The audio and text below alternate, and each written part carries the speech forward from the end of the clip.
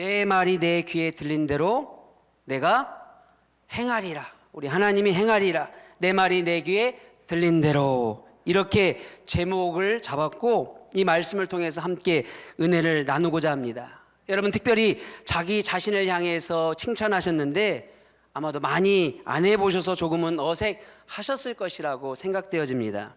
근데 여러분, 사실 하나님께서 우리에게 정말 귀한 선물을 주셨는데 그것이 바로 말할 수 있는 은혜를 주셨다는 것이죠. 말한다는 것은 유일하게 하나님께서 사람들에게 주시는 특별한 축복이고 은혜이고 감사의 수단인 것입니다. 여러분, 그래서 믿음의 사람은 항상 할 수만 있으면 어떤 말을 해야 됩니까? 어떤 말? 식은 죽 먹듯이 남에 대해서 말하는 것이 아니라 뜨겁고 따뜻하고 때로 가슴을 시원케 하는 축복의 언어들을 사용해야 될 줄 믿습니다. 바라고 원하기는 여러분 모두가 하나님 주신 이 특권을 마음껏 사용하시고 축복을 날마다 선포할 수 있기를 간절히 축원드립니다. 그럼 여러분, 어디에서 이 축복을 사용하셔야 됩니까? 첫째는 여러분 가정에서, 여러분 자녀들에게, 여러분의 배우자들에게 그 축복을 사용하시는 것이고, 두 번째는 여러분이 몸담고 있는 삶의 현장에서 여러분과 함께하는 사람들에게 이 축복을 사용해야 될 줄 믿습니다. 그리고 세 번째는 예수님을 구주로 고백하는 신앙 공동체인 교회에서 여러분과 함께하는 이들에게 이런 축복권을 사용할 수 있기를 축원드립니다.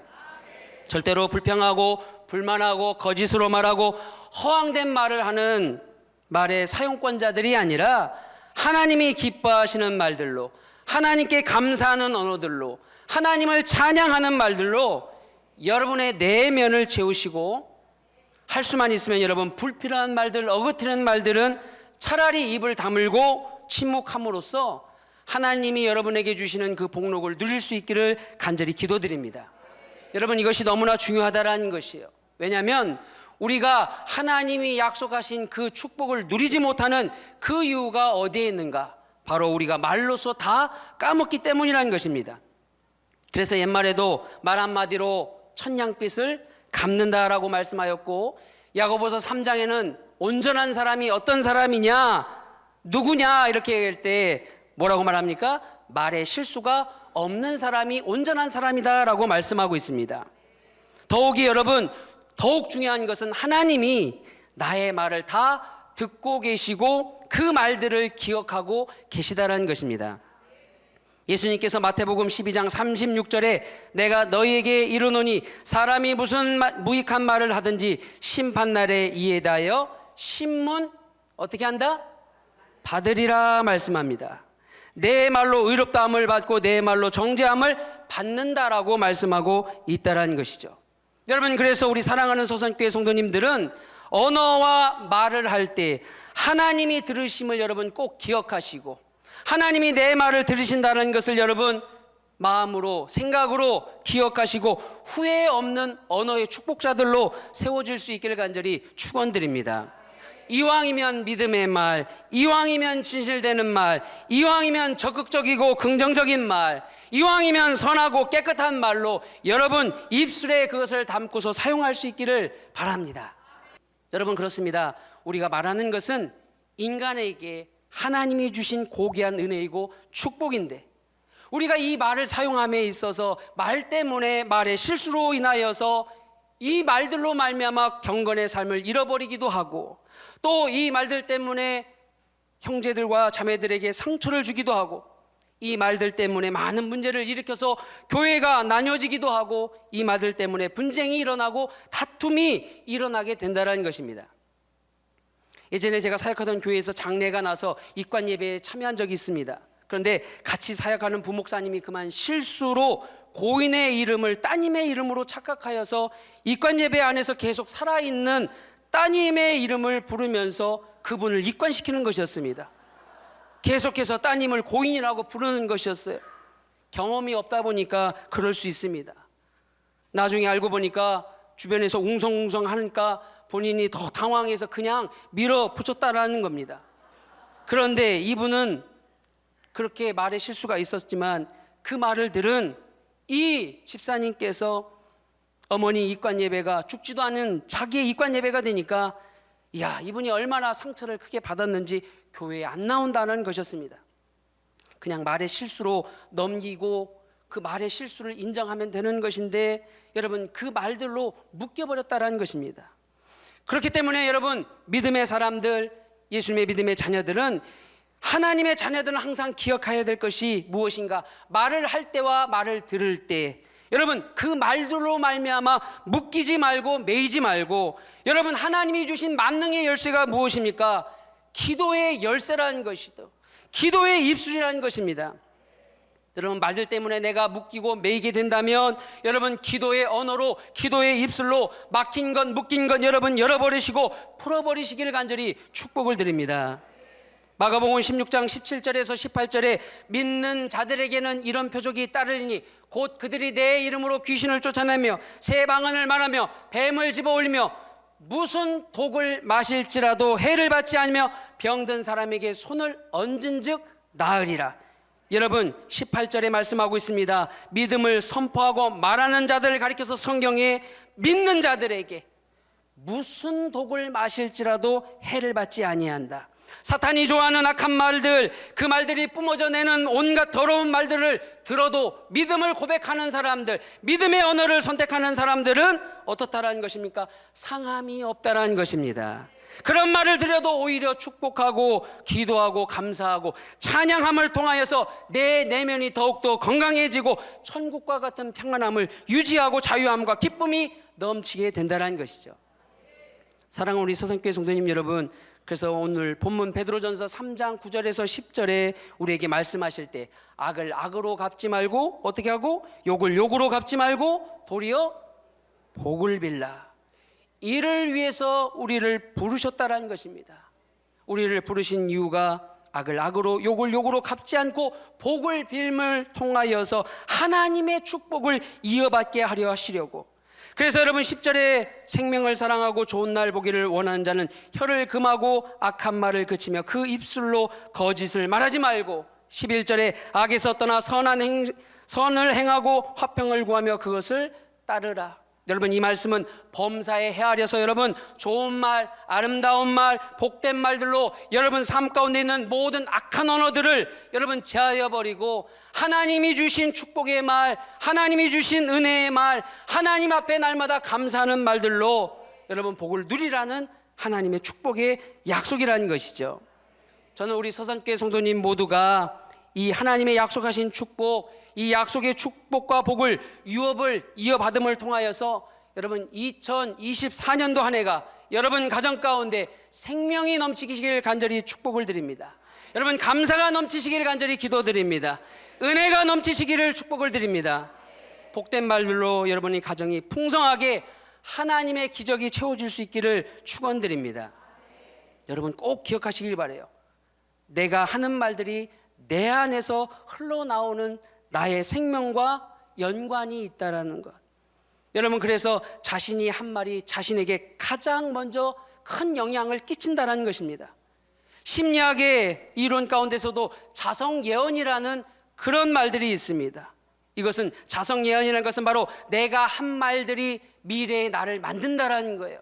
내가 한 말들이 미래를 이끌어 온다라는 것입니다. 여러분 그러므로 나를 사랑하십니까? 여러분 자신을 사랑할 수 있기를 간절히 축복을 드립니다. 그렇다면 자기 생명을 사랑하는 자는 좋은 말을 통하여서 아름다운 언어를 통하여서 여러분 남에게 하는 말일지라도 그 말이 먼저 나에게 하는 말이라는 것을 여러분 깨달아서 남에게 하는 말을 내가 하는 나에게 하는 말로 여러분 기억하면서 할 수만 있으면 여러분 거짓을 버리고 여러분 나와 함께하는 사람들에게 생명력 있는 말의 축복자들로 세워질 수 있기를 간절히 축원드립니다. 사실 남에게 하는 말 같지만 제일 먼저 듣는 것은 나라는 거예요. 내가 하는 그 말이 먼저 나에게 영향을 끼친다라는 것입니다. 에베소서 4장 25절에 그런즉 거짓을 버리고 각각 그 이웃으로 더불어 참된 것을 말하라. 이는 우리가 서로 지체가 됨이니라. 그래서 선한 말을 할 때는 자신의 마음이 선해지는 것이고 진실된 말을 하면 자신이 진실되게 되는 것이고 그 말을 듣는 사람도 진실되어지고 선해진다라는 것입니다. 반대로 악한 말을 할 때는 내 마음이 먼저 악해지는 것이고, 격한 말을 할 때는 내 스스로가 격해지는 것이고, 이것이 나와 함께하는 지체들에게까지 영향력을 가져다 주기 때문에, 우리가 주 안에서 서로 하나가 되기 때문에, 여러분, 더러운 말을 내뱉으면 듣는 사람에게 영향을 미치지만 그 전에 나에게 먼저 영향을 끼치게 된다는 것입니다. 여러분, 주변에 폭력적인 말을 쓰는 사람들을 보세요. 그러면 결국에는 폭력적인 행동으로 이어지게 됩니다. 파괴적인 말을 하는 사람들은 파괴적인 행동으로 이어지게 됩니다. 가끔 화를 내는 사람들을 보세요. 상대방을 향하여서 격한 말을 할 때 결국 그 격한 말이 격동되어서 자신의 행동으로 이어지게 된다는 것이죠. 일전에 눈이 많이 내리던 날이 있었습니다. 제가 토요일 8시쯤에 눈 오는 날에 부춘산 정상에 올라가고 있었는데, 60대 되어 보이는 어르신 한 분이 얼마나 찰지게 욕을 하면서 내려오는지, 세상에 듣도 보도 못한 욕을 하면서 흥분하면서 전화기에 고래고래 소리를 지르면서 내려오는 것이었습니다. 그러면서 제가 우연히 그분과 얼굴이 마주쳤는데 저를 보면서 뭘 쳐다봐? 그러는 것이었습니다. 그러면서 자기 화를 주체 못하고 미끄러지는 것이었어요. 넘어지는 것이었어요. 얼마나 속이 시원하고 감사한지. 아니, 여러분, 눈이 오는 게 감사하다는 것이죠. 그분이 넘어져서 감사한 게 아니라 눈 오는 것이 참 감사하다, 제가 그렇게 고백했어요.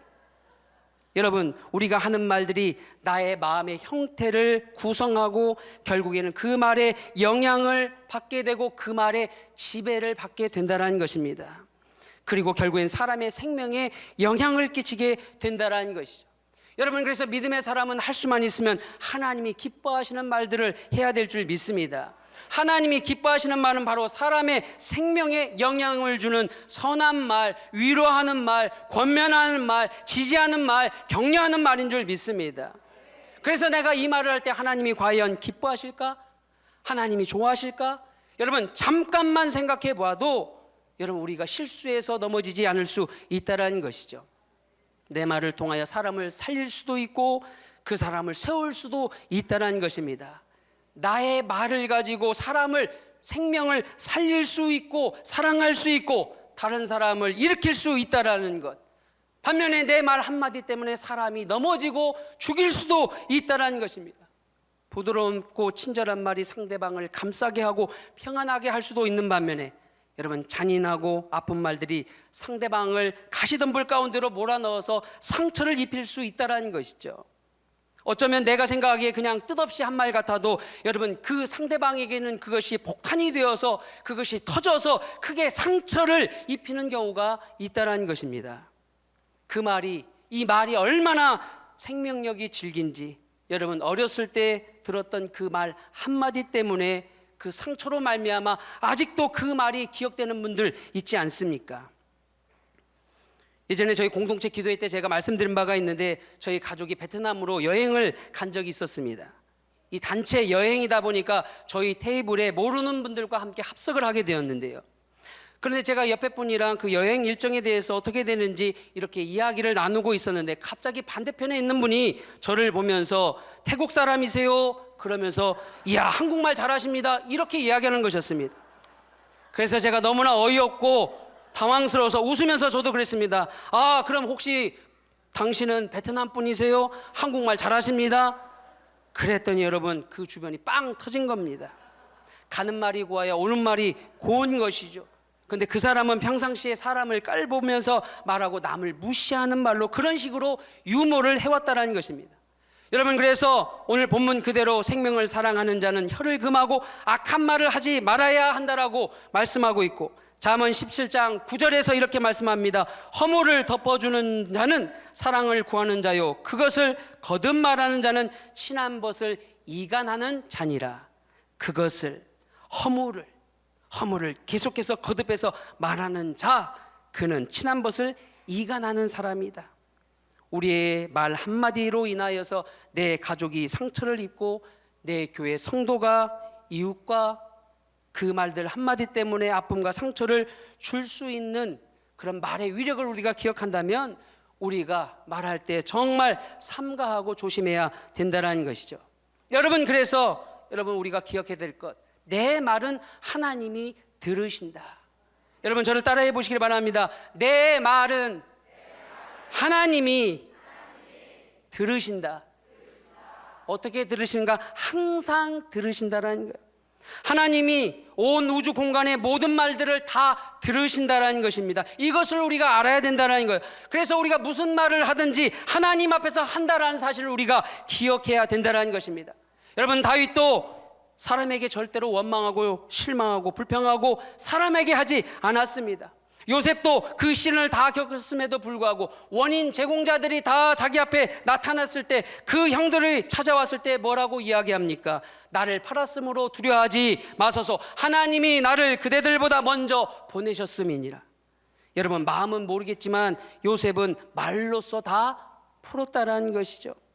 말로써 하나님 앞에 다 풀고 살았다라는 것입니다. 입술로 고백하면서 하나님 앞에 고백하면서 풀었다라는 것입니다. 그러니 풀릴 수 없는 이 가정이 요셉의 이 말 한마디로 말미암아 완전하게 가정의 불화가 깨어지게 되었고 요셉의 말로 그 가정이 회복되게 되었다라는 것입니다. 여러분의 가정이 여러분의 축복의 말들로 말미암아 가정이 회복될 수 있기를 간절히 기도드립니다. 여러분의 말들로 말미암아 여러분의 자녀들이 세워질 수 있기를 간절히 축복을 드립니다. 여러분의 말들로 말미암아 아직 구원의 여러분 방주에 승선하지 못한 가족들이 있다면 여러분의 복된 말들을 통하여서 구원의 복음의 말들을 통하여서 그 복음의 방주에 태워줄 수 있기를 간절히 축원드립니다. 우리가 다윗을 왜 위대하다라고 고백하는가 하면은 여러분 다윗도 사람이기에 정말 사울에 대한 감정이 없었을까요? 자신의 아들에 대한 그 서운함이 없었을까요? 아마 감정은 남아 있었을 것입니다. 그런데 모든 감정과 그 모든 이야기를 사람에게 하는 것이 아니라 하나님 앞에 토설하며 기도하였다라는 것입니다. 사람에게 하면 그것이 원망이 되고 불평이 되고 악한 말과 도구로 나를 죽이게 되는 말들이 되지만 여러분 그것을 가지고 하나님 앞에 고백하고 하나님 앞으로 가져가서 토설하고 기도하면 그것이 찬양이 되고 그것이 감사로 풀어지고 그것이 기적의 축복으로 바뀌게 된다는 것입니다. 여러분 고난으로 대표되는 욥을 보시길 바랍니다. 그는 끔찍한 말을 하나님 앞에 고백합니다. 계속해서 내뱉었습니다. 그런데 마지막 장에 가서 하나님께서 욥을 향하여서 뭐라고 말씀하십니까? 욥이 나를 영화롭게 하였다라고 말합니다. 여러분 이 말이 이해가 됩니까? 욥은 끔찍한 말을 하였습니다. 이것은 사실입니다. 그런데 하나님은 그 말을 다 들으시고 뭐라고 말씀하십니까? 욥을 기쁘게 받으시고 이 욥이 나를 영화롭게 하였다라고 말씀한다는 것이죠. 그 이유가 무엇일까? 왜 욥을 기쁘게 받으셨을까? 그냥 원망이 아니라 그냥 불평과 후회가 아니라 하나님을 향한 기도의 말들이었기 때문에 하나님 아버지께 한 말들이었기 때문에 아버지 하나님 앞에 그리고 욥은 결코 하나님 곁을 떠나지 않았다라는 것입니다. 계속해서 하나님 곁에 머무르면서 여러분 욥이 고백할 때 흑암이 나의 친구라고 고백하였죠. 그렇게 절망하였습니다. 그런데 그조차도 하나님 앞에 토설하며 이야기하였다는 것입니다. 자기 자신의 상태를 보았을 때는 하나님 아버지 앞에 머무를 이유가 여러분 남아있지 않았습니다. 하나님 앞에 여러분 얻을 것이 없었습니다. 하나님을 전혀 느끼지 못할 때에도 하나님이 더 이상 축복하지 않을 때에도 욥은 계속해서 하나님을 찾았고 하나님 앞에 머물렀다라는 것입니다. 여러분 그래서 누가 패배한 것입니까? 사단이 하나님과의 내기에서 패배하게 되었다라는 것이죠. 그래서 하나님이 욥을 향하여서 나를 영화롭게 하였다 말씀한다라는 것입니다. 인정하고 계시다라는 것입니다. 여러분 나의 삶에 정말 욥과 같이 여러분 무너져 내리는 상황 속에서도 하나님이 침묵하시는 것 같은 고독 속에서도 버티고 그럼에도 불구하고 고백하며 하나님 앞에 하나님 곁에 머무르기를 여러분 기도하시면서 하나님 아버지 긍휼히 여겨 주시옵소서. 하나님 아버지 저는 지렁이와 같은 자입니다. 저는 아무것도 아닌 자입니다. 하나님 곁에만 머물게 하여 주시옵소서. 끝까지 하나님 곁에 머무를 수 있게만 해 주시옵소서. 여러분 반드시 하나님께서 우리의 신음을 들으시고 우리의 작은 신음에도 응답하시고 하나님이 하나님 되심을 나타내 주실 줄 믿습니다. 우리 주변에 여러 가지 모양의 문제들이 있어요. 이것은 사실입니다. 걱정되는 사건들이 밀려옵니다. 이것은 인정할 수밖에 없습니다. 그러나 그 문제에 정말 길이 없는 것이 아니라는 것입니다. 방법이 있다라는 것이죠. 반드시 방법이 있고 길이 있고 우리를 흥분시킬 만한 놀라운 계획과 약속이 있다는 것입니다.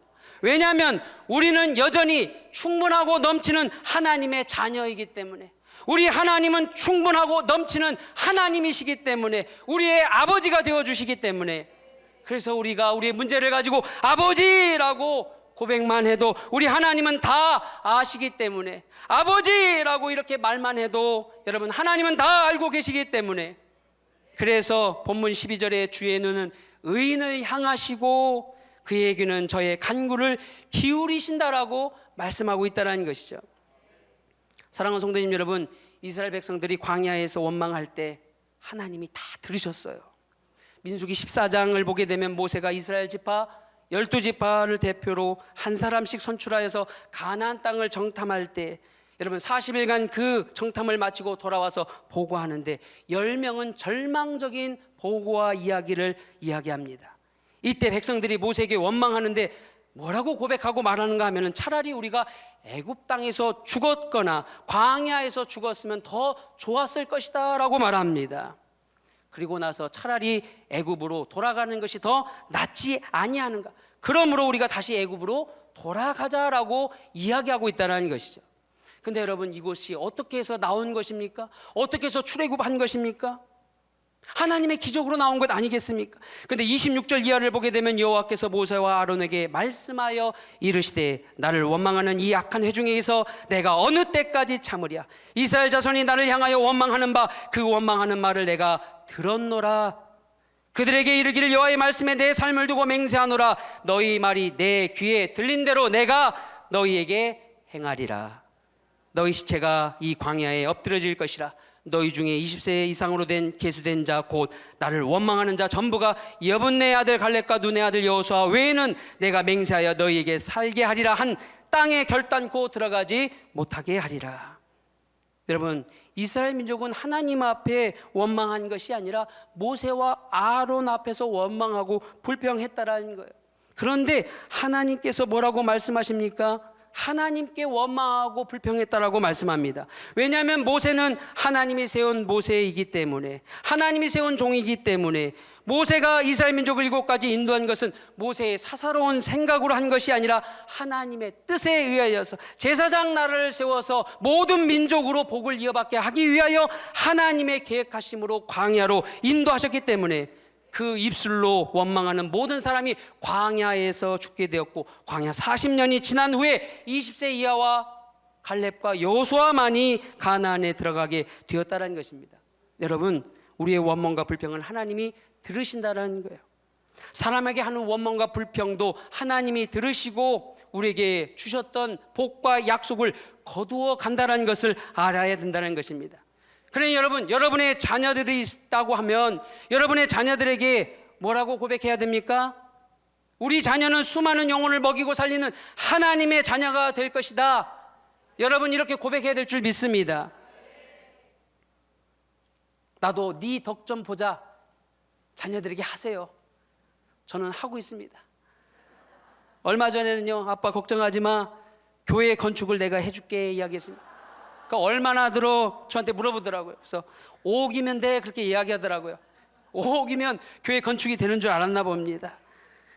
여러분, 그런데 그 말을 듣고서 야, 나는 네 덕 필요 없다, 너나 잘해라, 이렇게 말하면 안 된다라는 것이죠. 그러면 그 자식에게 기대할 것이 없다라는 겁니다. 그러면 여러분, 기대할 것이 없는 자녀가 된다라는 것입니다. 어떤 분들은 망할 놈이라고 욕하고 그 자녀를 저주합니다. 말로써 그 자녀를 꺾어버립니다. 그러면 여러분, 정말 그 말대로 이루어지게 된다라는 거예요. 나의 말 한마디가 복을 이어받을 수도 있고 저주를 내뱉을 수도 있다는 것을 여러분 기억하시길 바랍니다. 사랑하는 성도님 여러분, 말씀을 정리합니다. 그러므로 여러분, 우리가 하나님 앞에 하나님이 우리의 말을 들으신다는 것을 기억하면서 여러분, 말을 절제하시고, 특별히 여러분 말할 때 우리 입에 나가는 말은 하나님 파수꾼을 세워 주시어서 온전한 말들만 나갈 수 있도록 도와주시옵소서. 시편 141편 3절 말씀과 같이 여호와여, 내 입 앞에 파수꾼을 세우시고 내 입술의 문을 지켜주시옵소서.